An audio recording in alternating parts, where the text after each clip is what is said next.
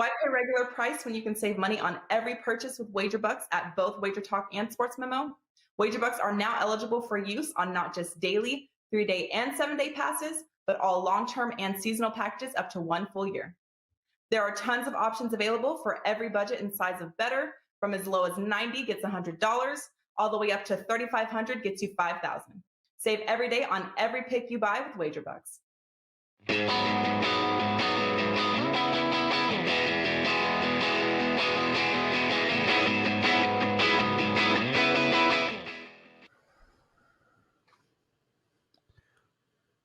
Let's go, Teddy. Big show, 3 guys, lots of games, college football, a little baseball, you, me, laughs and fun along the way. Welcome, everyone, to Wager Talk Today. He's Teddy Covers. I'm Lawrence Presman, and right off the bat, Tony Mejia. We're talking Texas Tech, Houston, UMass versus Pitt, and 2 Michigan teams, one with the word Western in front of them. Jimmy Adams coming up, Texas State and Baylor, Blue Jays and A's, and Andy frickin' Lang. A whole bunch of NFL prop bets for us, Theodore. I lost my play last night. I passed in baseball. I released the under in the Ohio State game. Should have released the under in the first half, I guess. Messed that one up. Teddy, how did you do, bro? So split yesterday. We won in college football. It was easy. I had NC State last night, and there was not much of a sweat in that game, 45-0 over USF. I had a baseball game yesterday. I had the Tigers. This is a true story. Early start. First inning, there's 2 outs and a runner on, and I go to the bathroom. I come back. Tigers are down 4-0 in the first inning. Oops. They were never in the game. And, of course, they rallied late, but it didn't matter. So I split overall, but college, easy right side winner. And frankly, right now, that's where the focus is. Yeah, and Teddy, that NC State game, I mean, I watched the score all night, and it just ate me up. I mean, I tossed and turned between NC State and the under in the Ohio game, and I went in the wrong direction. But I did give NC State and their first half bet out on the show yesterday, so not all was lost. But man, I tell you, I don't think anything bothers me more on the planet than choosing between 2 teams for my clients and picking the wrong one. Like, I just want them both to lose. Sure. Well, I'll tell you something that bothers me more than that. That's losing games by a half point. And if there's something that we learned last night, it's this. I don't swear on air very often, but every effing half point matters. And I'm not glad that it happened the first night of ball, but the fact that we had so many decisions last night where you could have won, you could have lost. It wasn't about the handicap. It was about your betting skills, not your handicapping skills. Ask anyone that had UNLV plus 1.5 last night versus anyone that had Eastern Washington minus 2.5 last night. All right, both lines available. Lands on 2. I'm not even going to talk about the brutal beat for under 67.5 bettors. As bad as it gets in that one. What about if we took 13.5 with Minnesota? There were 14s out there. There were some people that laid 14.5 with Ohio State last night. That was out there as well. UCF was -4 all summer. They were bet up to 6.5 in the last week. They won against Boise. Lands right around the closing total as well. If you bet Tennessee at the very first opener, you covered versus Bowling Green last night. Look, 99% of the people that bet Tennessee didn't cover. But you know what? Somebody bet Tennessee at -28, them at -29. Somebody bet them at -30. Somebody bet them at -31. And they all won their bets. Every point matters, period. End of argument. End of statement. You saw it last night on the opening night of college football. We can talk till our heads are blue, till our heads turn blue about handicapping and handicapping and handicapping. Betting skills are a big piece of the equation. Pay attention. That's what I learned last night, Prez. What about you? That's it, dude. I just learned that I picked the wrong side. I watched the entire Ohio State game from start to finish, and yeah, I actually couldn't make heads or tails of either of the teams. I mean, you watch these games and you're like, how good or bad are these teams going to be? And I think I'm going to have to go another week. with Minnesota put up 31 points. That was a whole lot more than I expected.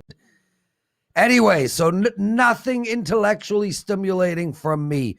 Welcome, everyone. Guys, if you don't mind, please hit that like button for us. Also, subscribe to our channel if you haven't subscribed before. And alerts on all our exclusive content, please hit click on the bell.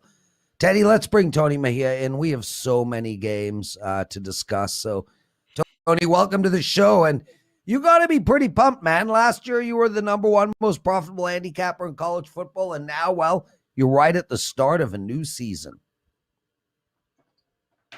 Thanks, Prez. Yeah, I mean, college football is fantastic. And last night taught me two things, because I actually attended a college football game with UCF and Boise State.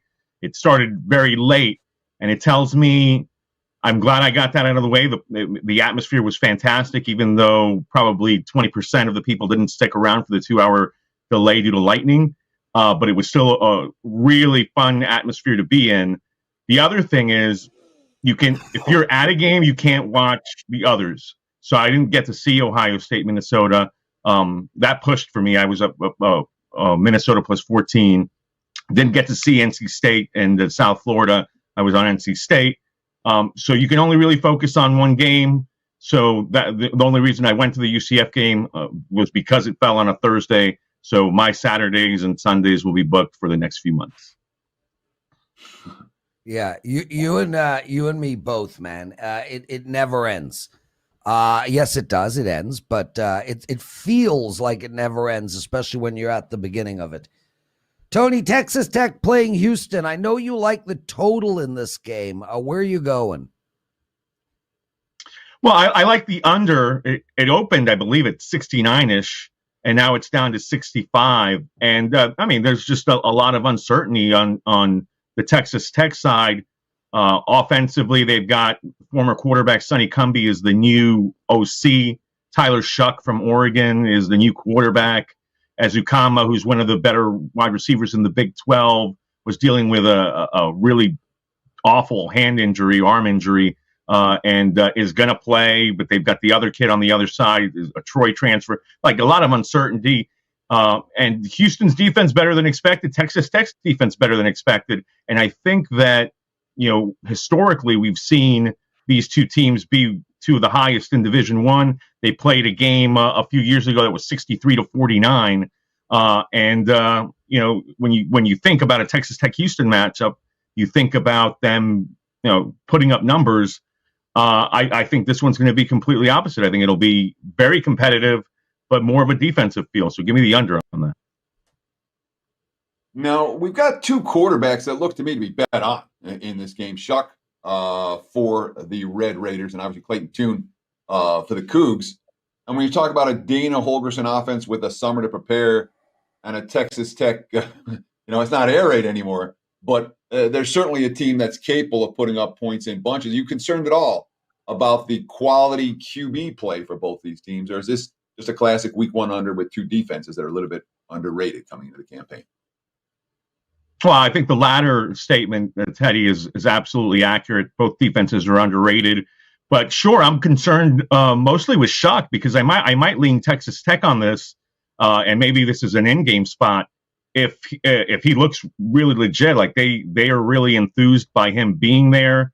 We have a situation where on the other side, I watch a lot of American Athletic Conference football because of UCF, obviously. And I'm not really a big Clayton Tune fan. He can keep plays alive with his feet, but he threw 10 picks last season. That was among the top interception throwers in the AAC. I mean, to me, he's just a normal college quarterback.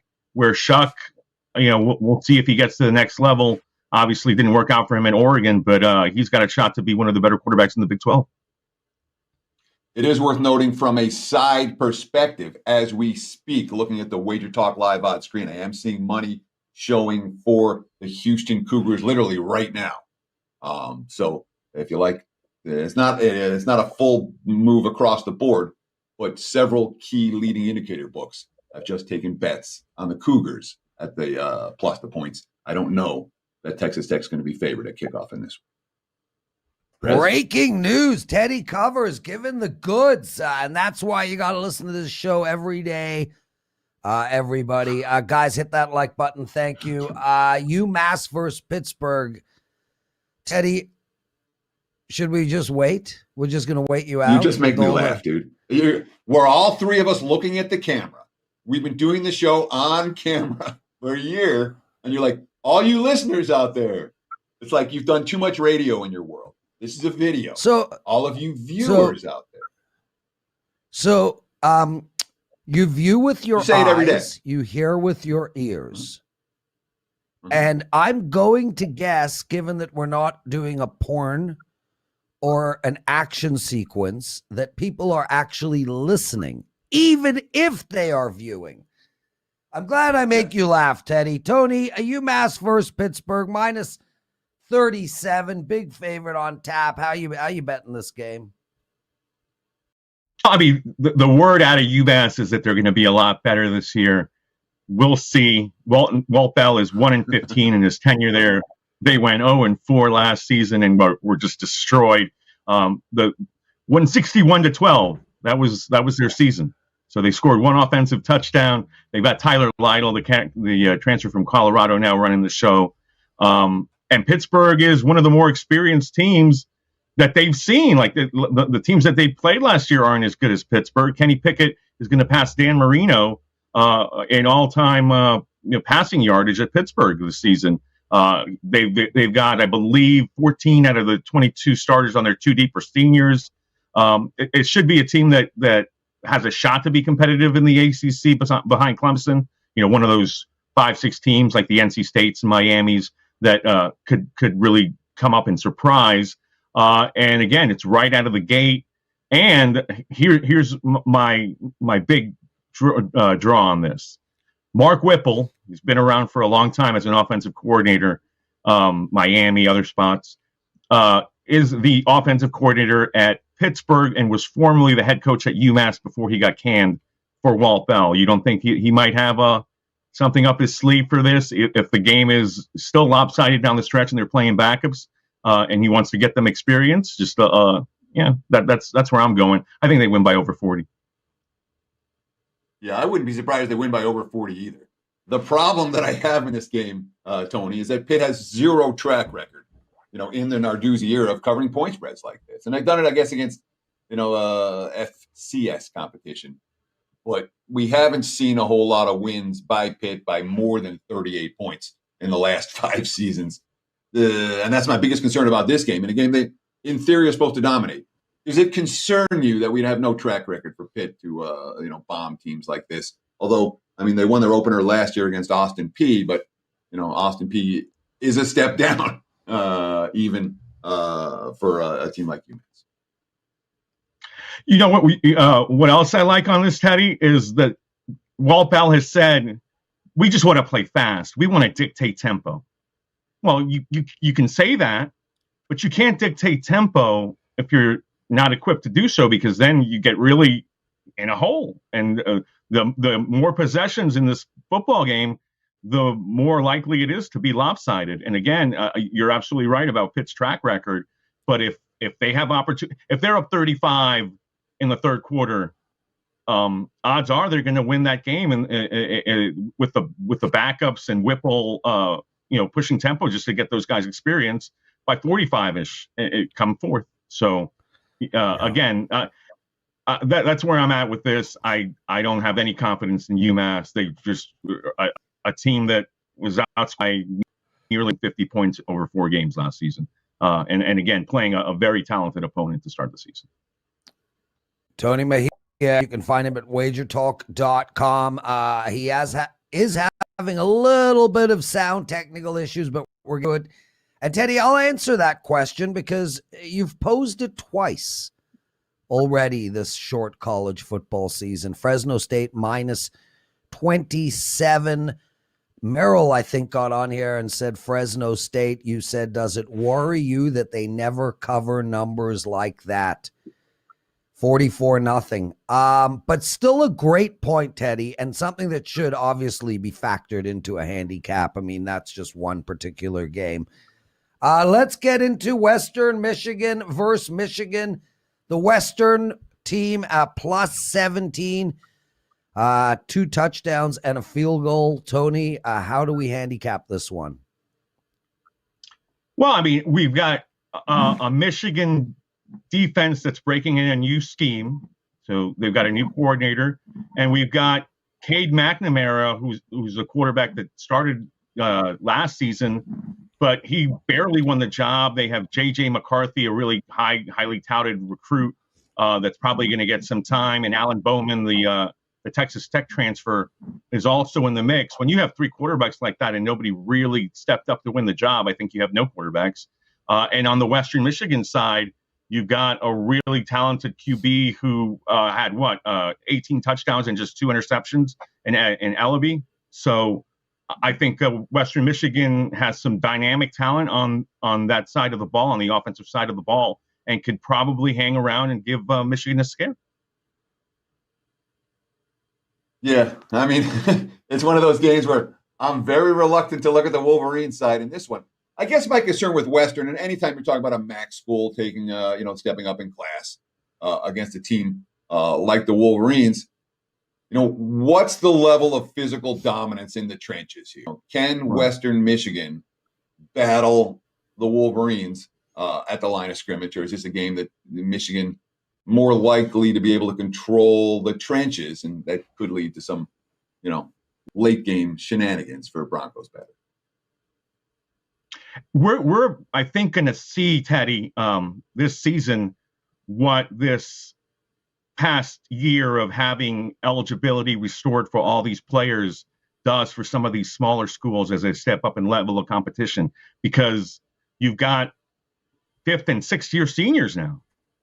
So maybe they've got a better fighting chance than they would ordinarily have. And again, I don't.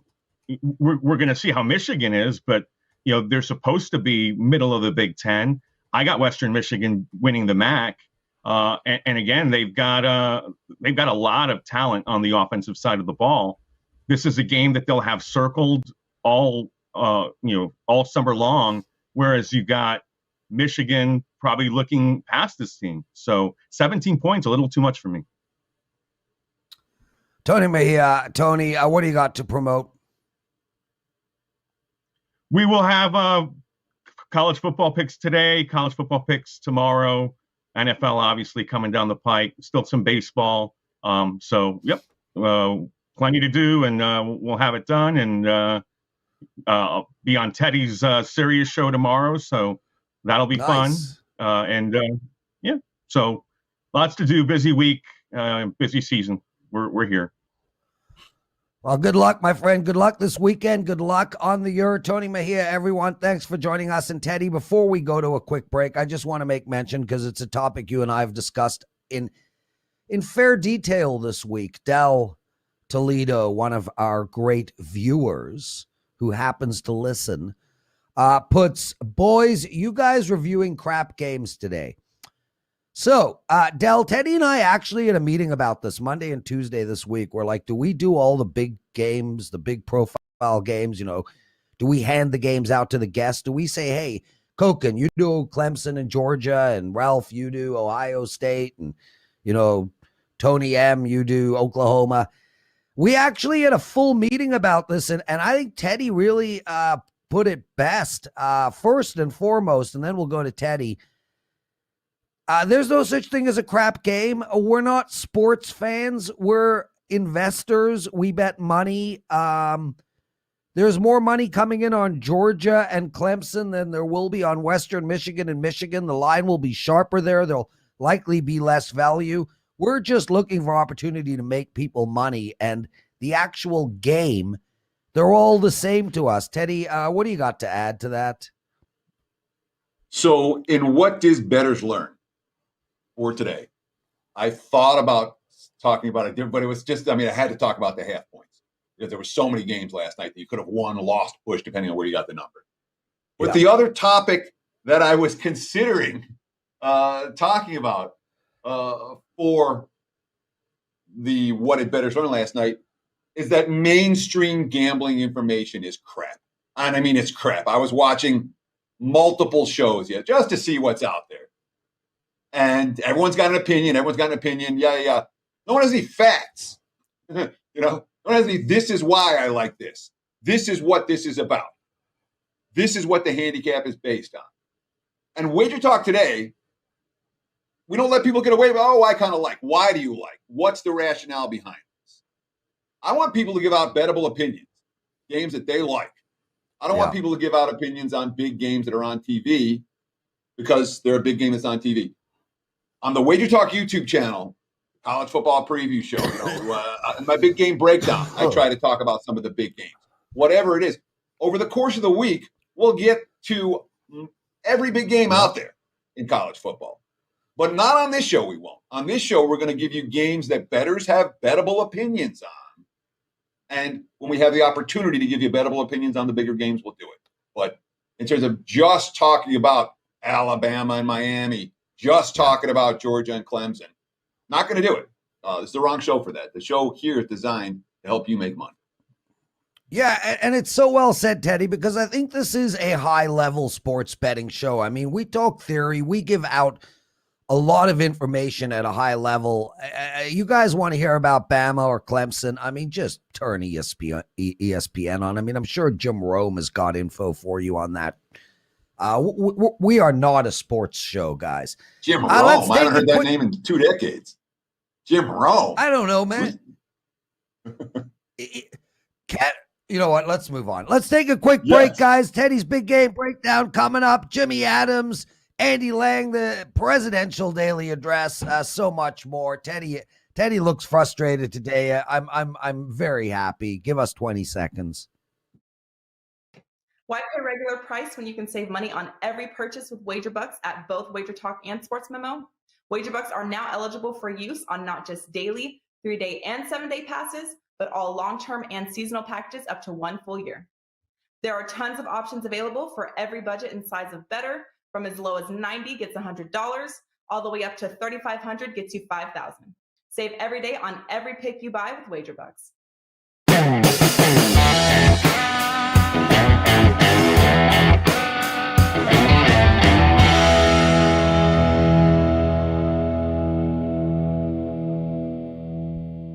It is time for today's big game breakdown. Let's talk Big Ten Showdown, another one on the opening weekend of college football. Wisconsin and Penn State. Looking at the WagerTalk live odds screen, it's been mostly Badgers money. Pretty consistent Badgers money. Looking at this game, where Wisconsin's now 5.5 point favorites. The total sitting right now for the Badgers under 50. We're looking at 49.5. Although there is some variance on both side and total in this one. We'll call it 5.5, 49.5 right now. Look, there are big concern for Penn State in one department. They have a rebuilt defensive line. That's problem number one. Okay. And when you have a rebuilt defensive line, you're going up against the Wisconsin Badgers who want to power run the football. That is clearly an issue.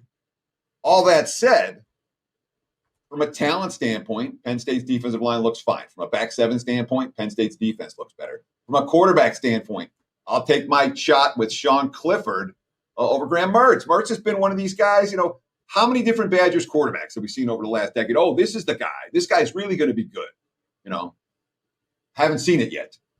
And perhaps most importantly, Paul Chryst, home favorite, okay? There was 1 year in 2009 that Wisconsin opened up 6-0 overall, 5-0 at home. They went 4-1 against the spread. In that opening stretch, and they had home game after home game after home game, they got in a rhythm and they blew out opponents. That was one stretch in 2019. Other than that stretch, 1-10 against the spread as home favorites over the last 3 years. Last year, 0-2 as home favorites. They lost outright as double-digit chalk, and they needed overtime to win as double-digit chalk. They didn't sniff a point spread cover in either game. I think the number's too high. Give me Penn State plus the points. And there's your big game breakdown. Back to you, Mr. Prez. All right, Teddy. Jimmy Adams joining us. Jimmy! How are you, my friend? What's going on? What's going on, man? We're excited. Football is in the air. How is your preseason in NFL? How's your college going so far? NFL went great. We went 80%, 8-2. So we're looking to roll that over to the regular season. There's already a 5% big ticket up for week 1. College football, we're off to a 1-1 start. We hit with Fresno, and then Tennessee really pissed me off last night with numerous opportunities to cover. But we have 4 games locked and loaded for tomorrow, so couldn't be more excited. Yeah, we're going to go through one college football game and one baseball game, but I do need to address something. I've had a couple of people ask. The NFL presidential address is in full swing next week. I did the AFC preview. People are asking, why didn't I do the NFC preview? Well, hay fever. I've just been sick as a dog for the last week and didn't get around to it. And then when Dan, our awesome producer, said, do you want to do it or should we just go straight into the season? I took the lazy approach, going straight into the season. So my bad. There won't be an NFC East NFC preview at all from me, but check out the NFL presidential address. It starts next week. Jimmy, this game has come up a lot. Baylor, Texas State. I think Teddy looked at it yesterday. We had another person talk about it. Plus 14 is the number. 7 p.m. Eastern time. How are we betting this game? How are you betting this game? Yeah, I guess I might be on the contrarian side in this one, but yeah, we got Texas State plus 14 in San Marcos for the home opener. It's an offensive-oriented team. They're going to be able to put up points against Baylor. This team had 21 transfers, so it's a new-look team. We're going to see a whole bunch of changes from Jake Spavital in his second year, I believe. Last year, quarterback Brady McBride, he won the starting job. 8 starts, 1,925 yards, 17 TDs, 7 interceptions, a pass efficiency rating of 133.6. He had a competition in camp with Ty Evans, a transfer from NC State. But Brady McBride's the guy. O-line gets 4 starters back. Running back Brock Sturgis is back as well, their leading rusher. And then the main reason for this play for me is I don't trust Baylor laying 2 touchdowns on the road. This is a team that went 2-7 last year. They won 2 games. They beat Kansas and they beat Kansas State by 1. They finished 118th in the nation in total offense at 310 yards a game. The offense didn't score more than 24 points in 6 of their 9 games. New offensive coordinator Jeff Grimes comes over from BYU. Obviously knows Zach Wilson to work with this year. Oh, and they lost their quarterback, Charlie Brewer. He's now over at Utah. So defense gave up 29 points per game. Laying 2 touchdowns on the road to start for Baylor, I'm just not seeing it. So give me Texas State plus the points. We know they can put up points. So certainly last year, I mean, you can understand why Baylor had a rough season. You know, this is a team that in 2019 played for the Big 12 title and took Oklahoma to overtime, I believe, in the title game before falling short. They were a top 10 team at the time. And then last year, obviously a new coach, a offseason that was, you know, all the teams with new coaches struggled last year. And many of them struggled a lot. Baylor, you know, at or near the top of that list. But they've had a normal offseason this year. Does that concern you at all? Because certainly if you grade out the personnel on these 2 teams, Baylor probably is a 2-touchdown favorite over Texas State. Yeah, so as far as power ratings go, you know, Baylor more talented on paper. It's more one of those situations where you're going to have to show me. I've heard you say it in the past, you know, when laying chalk week 1, we're looking for good teams against bad teams, you know, maybe in the home roll. I don't know that Baylor fits that criteria necessarily right now as a bet-on team laying multiple touchdowns on the road, especially against a Texas State team that can score. I mean, let's see if we just run this down real quick. They put up 48 points against Texas San Antonio, who people are really high on this year. They only lost by 10 to a really good Louisiana team that was 10-1 last year.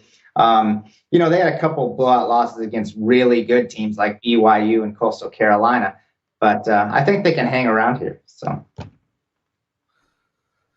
Jimmy, you said you picked the two plays you wanted to talk about. The second one was the Blue Jays. You sent in minus 133 over the A's. It's 160 now, and I still don't see a pitcher for this Toronto Blue Jay team.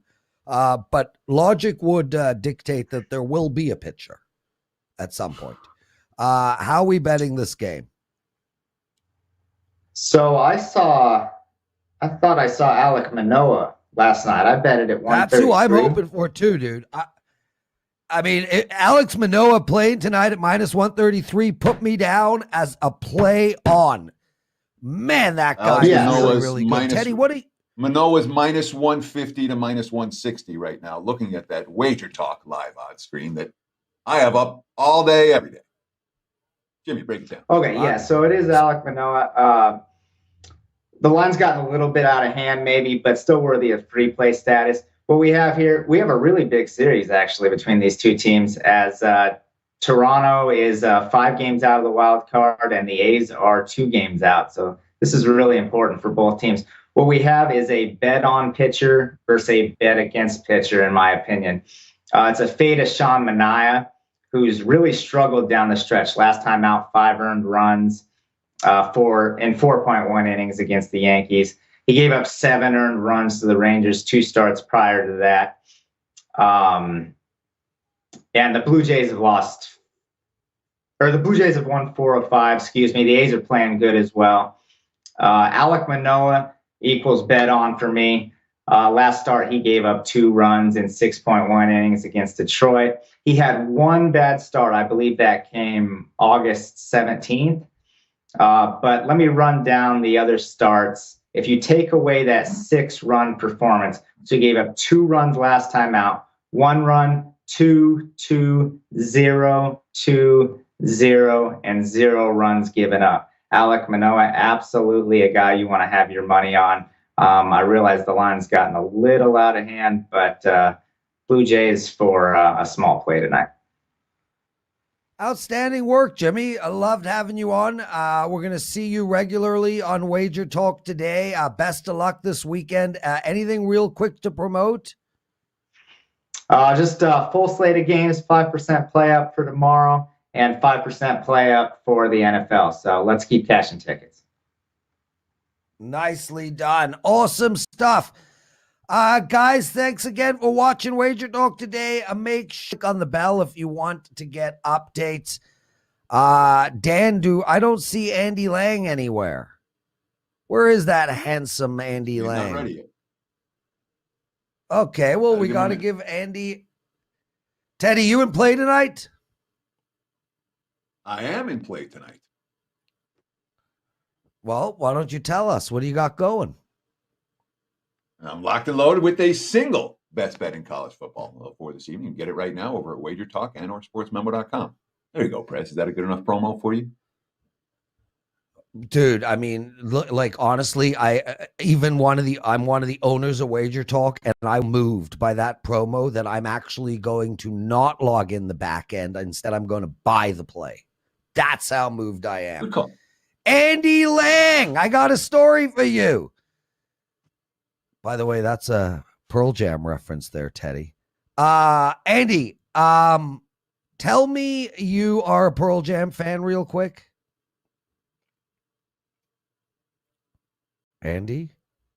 They're okay. They're all right. Exactly. So Andy, I've been obsessed with Formula One now since I started watching the Netflix show. It's been about 3 weeks. I'm like, every morning I wake up, I'm reading F1 news. I know everything now. I'm like totally psyched. Sunday, I wake up to watch my first ever F1 race. I am pumped up. And it didn't happen. It was one of the biggest debacle I think I've ever seen in any sport. And I've had a week to marinate on this, but yeah, it was pretty bad. It rained, and a multi-billion-dollar sport got brought to its knees by rain. They went out and they took 2 laps behind the pace car, parked in the pits, and decided that the race was over and the starting positions would be the final positions, and they called it a day. Half Riveting points for everyone. Yeah, riveting. I sat there for an hour and a half. The sponsors were ecstatic. Oh, those sponsors were so happy. I'm sure there weren't umpteen meetings and calls and people getting fired. I don't know why they didn't race. I don't know why they didn't race on the Monday. Andy, let's go, man. We got 3 picks to talk about.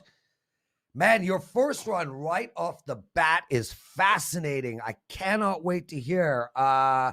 Offensive Rookie of the Year. Who's going to win? Or let me rephrase that. What's the best value bet on the board there? Okay, well, ever since Cam Newton got cut, this has been a very popular play. Mac Jones to be Offensive Rookie of the Year. It did not make my card initially, but I thought it might be fun to just research it and see if this is good value. I found it at 6-1.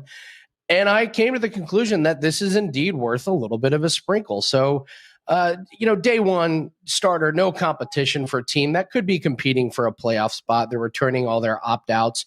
Josh McDaniel said he really likes Mac Jones and loves that if he makes a mistake, he doesn't dwell on it. He forgets mistakes quickly, moves on. That's key. Rookies have a hard time. They have a fantastic offensive line and running game. That should really help him. The preseason, 36 for 52 for 389 yards and a touchdown. No picks. That looks really good. And quarterbacks have won this award in 5 out of 10 years, including the last 2. Here's where I really like the value in this. You have to look at the competition. Who could win besides him? So the odds-on favorite is Trevor Lawrence. I do not buy Trevor Lawrence and the Jags. I don't think this Urban Meyer and Trevor Lawrence in their first year in the NFL is going to work. We've seen their offensive line, how bad it is. I think there's a potential he could get hurt, and I think his stats are going to be pretty bad. I rule him out. Zach Wilson is next. The Jets, I think, are going to be terrible. I rule him out, especially since he's in the same division. Trey Lance, he's going to be next up as far as one of the betting favorites. He's so raw as a young player. I'm not sure he's going to play a lot if Garoppolo plays well and stays healthy. He's in a very tough division, the NFC West, so I got to rule him out. Najee Harris, very popular rookie. Pittsburgh has the second worst offensive line coming into this year. I don't trust the line, so I kind of got to rule Najee Harris out. And it kind of gets me down to Justin Fields and Mac Jones. And Justin Fields is not starting as of now. He's probably going to get the starting job sooner rather than later. But I'm going to rule him out because I look at how hard his schedule is to end the year. And this includes 3 big-time, prime-time games against opponents where if he has a bad showing and gets beat, he's going to drop in the rankings. His last 9 games, he has to go at Pittsburgh, and then he gets Baltimore at home, Arizona at home. He has to go at Green Bay, home and away against Minnesota, and at Seattle. So if you're looking at these season awards, you got to look at how they're going to finish. And if Fields is out there, he's making a run at Offensive Rookie of the Year, he is going to face a brutal schedule at the end of the year. I like Mac Jones. I think it's worth a sprinkle at 6-1. So I got to ask you about this because this is a scenario in which, 2 weeks ago, he was, 10-1, 12-1. So the odds have dropped on Mac Jones, and yet he's a better bet now than he was then because he's going to be the starting quarterback for New England. Explain that thought process, how you're, even though the odds are down, the bet is better than it would have been a couple of weeks ago. It's a better bet now. Explain that. Well, they got rid of his competition. He doesn't have to look over his shoulder. Doesn't have anybody behind him that's going to be fighting for the job. Cam Newton, they just got rid of. It's not like he's still on the team and he's going to play every single game as long as he stays healthy. And that's going to guarantee him a leg up over guys like Justin Fields and Trey Lance. And like I said, I don't trust Trevor Lawrence to stay healthy this year. Zach Wilson, I don't trust. So even though the odds have gone down, I still think it's worth a sprinkle just with his opportunity. Talk about it all the time. You cannot win these awards unless you have opportunity, and New England's giving him all the opportunity in the world to succeed this year. Yeah, and Andy, I mean, just a really well thought out breakdown at that. So I'm with you there. LA Chargers playing Washington week 1. LA Chargers -1. Total 44.5 feels high to me, but I think you're going to talk about the side. What do you like? I really like the Chargers this year, and I'm low on Washington. I I've heard a lot of buzz about Washington, and I don't see it. I'm a big Justin Herbert fan. He played great this year. We all know that. Anthony Lynn isn't there. You could make the case that Anthony Lynn made some questionable coaching decisions. I like their new head coach. And the Chargers finished the season strong. They won 4 straight games. Herbert has a full camp and a healthy team. Here's what I don't buy this Washington team. So they won 7 games last year. Here's who they beat. So they beat Carson Wentz and the Eagles in week 1. That doesn't look very impressive. Andy Dalton and the Cowboys in week 7. Then they win 4 straight games.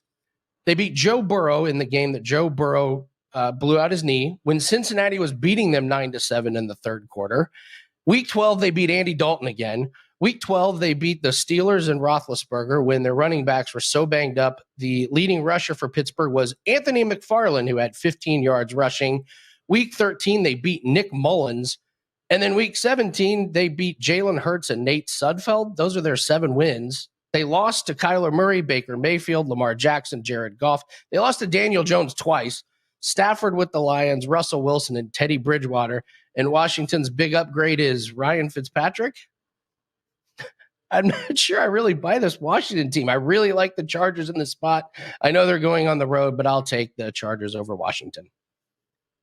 Well, a couple of things you talked about with Washington. You're like, well, they were trailing to Cincy, but then Joe Burrow got hurt. No, Washington kicked the crap out of Cincy's offensive line, and Joe Burrow got clocked on every time he dropped back to pass, and eventually he got knocked out of the game. We talked about the game against the Steelers. Same story. Washington dominating the line of scrimmage, blowing up every running play in the backfield. Didn't matter who Pittsburgh had running the football that day. They weren't going to run the football. From a fundamental in the trenches standpoint, Washington's defensive line on paper to me looks like it matches up really well against that rebuilt Chargers front. And not that the Chargers offensive line isn't going to get better as the season progresses. I think it will. But for week 1, I see Washington with a clear advantage in the trenches. Agree or disagree? I think I'm in agreement that they have an advantage, but like you said, the Chargers had to revamp their offensive line. It couldn't get much worse. So the revamping is probably going to be better than it was last year. And I buy the Chargers winning their last 4 games. I like the mobility of Herbert, and I like that they have Eckler, who can catch a lot of passes out of the backfield. That should take a lot of pressure off of him. Keenan Allen and Mike Williams are going to be healthy. It might only be for week 1, knowing those 2 guys in their history. But I like they may not end week 1 healthy, but to start the game, they'll be healthy. I like the new coaching staff for the Chargers. Your point is well taken. And Teddy, it's NFL. There's going to be, you can make case for a lot of sides. That's why this sport is so tough to handicap. I'm just going to lean on the Chargers over a Washington team that has shown they just can't really beat the elite quarterbacks yet. Awesome stuff. Andy, guys, I know you're sitting in the chat room. Yeah, it does feel like there are technical issues today. It looks like it's a bit herky-jerky. This stuff happens. It's out of our control. It's Andy's fault.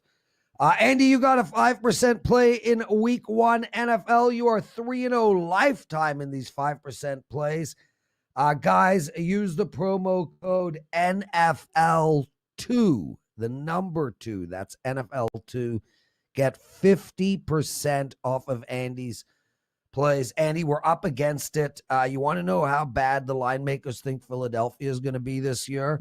Jalen Hurts, 20.5 touchdowns, over or under. That is like 1.2 a game. I mean, oh my God. I mean, that tells you everything you need to know about what they think of the Eagles this year. Quick. Over or under?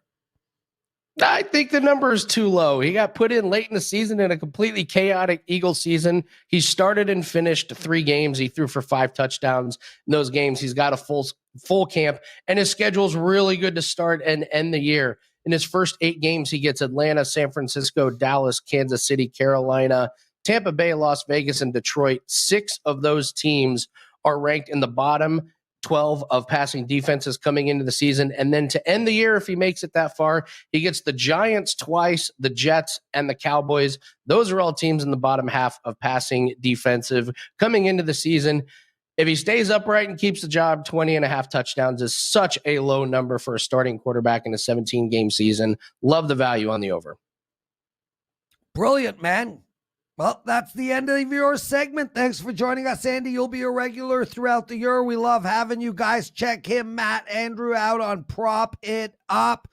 Other than that, let's go. Daily Presidential Address.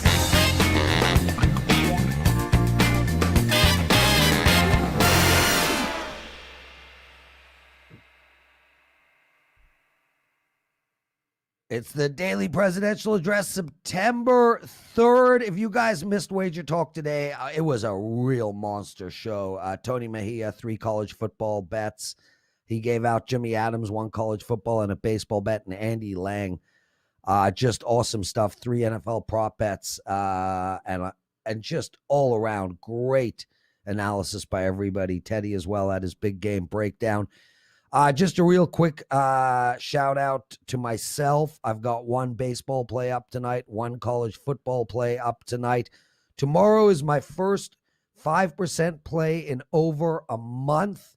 It's on in a college football game. You can check that out over at WagerTalk.com. I just want to tell everybody, guys, tread lightly, play careful. Football is here, and it's not going anywhere for the next 5 months or so. There's no need to double your bankroll on day one. Grind it out with all of us. Make sure to buy our 3-day package. If you're going to play any of us, it's only $69. That's the best way to play us, or the 7-day pack. Sorry, the 7-day package is $16. I can't remember. Just go to Wager Talk and check it out. Anyway, here are your free plays for tonight. I went 2-2 yesterday in this segment. I'm going to do better today. Tampa Bay Rays, we lost with them yesterday. I'm going with them today at -1.5. But I also like the over 9 in that game as well. I think Tampa Bay's bats are going to light it up tonight, and their pitcher stinks. So I think we're going to get a few runs from Minnesota. So check that out. Rays -1.5 and over 9. I like Clemson tomorrow, guys.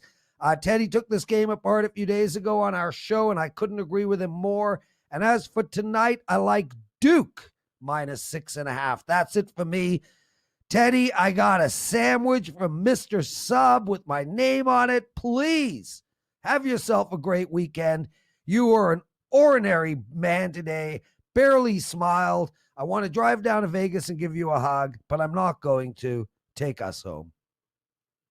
That's going to wrap it for the week here on Wager Talk Today. We'll do it again on Monday. Labor Day will be here. We'll recap all of college football. Look ahead to the next week. Between now and then, enjoy the game and good luck.